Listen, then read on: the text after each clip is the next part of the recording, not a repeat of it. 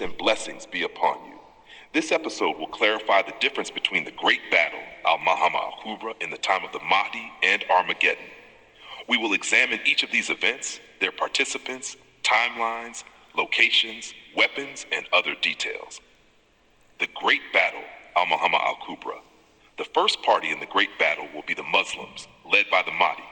The second party will be the Romans, representing Europe, organized under 80 banners, with 12,000 fighters under each banner, a total of approximately 1 million fighters. These forces will be led by a descendant of Heraclius. This initial battle will involve the Muslims under the Mahdi and the Romans of Europe led by a Heraclian leader. Armageddon. As for Armageddon, the first party will consist of the Northern Army led by the Chief of Meshech, interpreted as Moscow, Russia.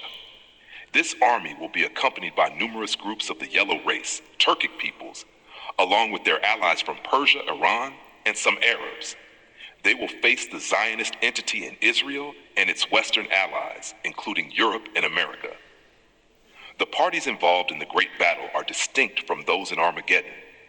We can already observe the deterioration of relations between the Israeli occupation in Palestine and Russia. As for the locations of these battles, the Great Battle will take place in northern Syria, specifically in the region of Marj Dabik, north of Aleppo and south of Turkey.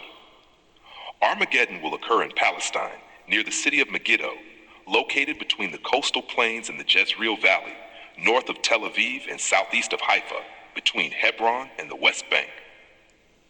Weapons used in the Great Battle, primitive weapons such as swords, spears, and horses will be employed, as evidenced by historical references that describe warriors hanging their swords on olive trees and other similar details.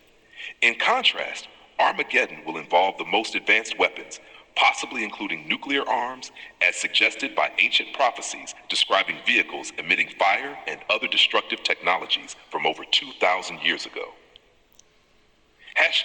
Reasons for the battles. The Great Battle begins after the Muslims and Romans initially engage in combat against each other. However, they later unite to confront a third enemy, the Kurdish-Turkish Empire, which will emerge as a powerful and expansive entity harming both Muslims in the Arabian Peninsula, Iraq, and the Levant, as well as the Roman state in Constantinople and northern Turkey. The Prophet Muhammad, peace be upon him, mentioned, "You will fight alongside the Romans against an enemy beyond you." The Muslims and Romans, led by the Mahdi and the Heraclian leader, will fight this empire. God will grant victory to the Muslims and the Romans. After this victory, a Muslim commander will raise the flag, declaring that God has granted them victory.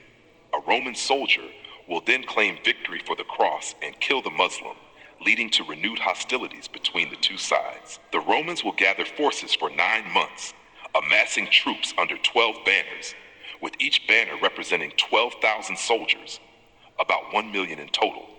The Mahdi will also summon fighters from the Muslim lands. These developments lead to the Great Battle. As for Armageddon, its causes differ. Among the Jews, the term Armageddon appears only once in the New Testament, though details of the war are found in the books of Daniel, Jeremiah, and Ezekiel in the Old Testament.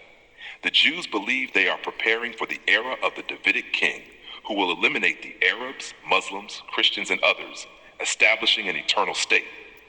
Christians, on the other hand, await the second coming of Jesus Christ, who will triumph over Jews, Muslims, and all other enemies, establishing an eternal kingdom for Christians. In the book of Ezekiel, Armageddon is portrayed as a divine punishment where God uses oppressors to destroy one another, Russians and Zionist occupiers of Palestine. Among Muslims, after Armageddon, the establishment of the Holy Caliphate in Jerusalem will liberate Palestine. This victorious group, referred to as the Saved Sect, will usher in the era of the Holy Caliphate, lasting about 40 years, with the Mahdi as the final caliph.